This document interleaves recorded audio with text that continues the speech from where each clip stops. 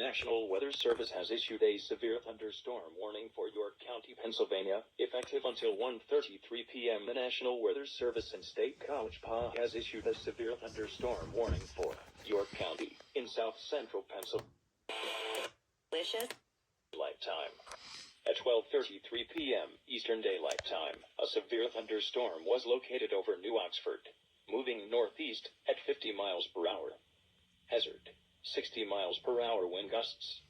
Source: radar indicated. Impact: expect damage to roofs, siding, and trees.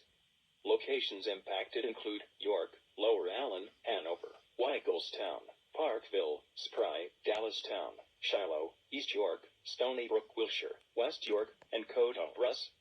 This includes the following interstates: the Pennsylvania Turnpike from mile markers 2396, Interstate 83 from mile markers 9 to 39. Precautionary/preparedness actions: remain alert for possible tornado.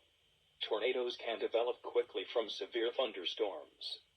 If you spot tornado, go at once into the basement or small central room in a sturdy structure.